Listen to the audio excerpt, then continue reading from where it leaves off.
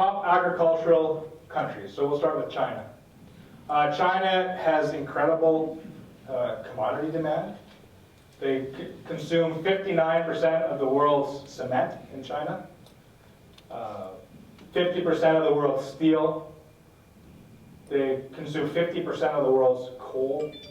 So China has a lot of commodity demand. And if commodities are traded in US dollars, that means they got a lot of US dollar demand as well. Where are they getting these commodities from? Well, this is foreign investment out of China and the United States into Africa. China has been increasing their investment in Africa. The United States has been decreasing. Chinese trade with Africa is much higher now than US trade with Africa. Africa is a commodity powerhouse. Latin America. Chinese investment in Latin America has been growing almost exponentially over the last number of years. So much so that China has now surpassed the US as Latin America's greatest trade partner. Think about that. China, a Pacific Ocean away, is trading more with Latin America than the United States is, and they're connected. It's very, very important. So how is this trade being done? It's still being done in the US dollar. 40% of global trade is still conducted in the US dollar. 32% next is the euro, and everything else is the other 20 or so percent. Now China recognizes this as a risk.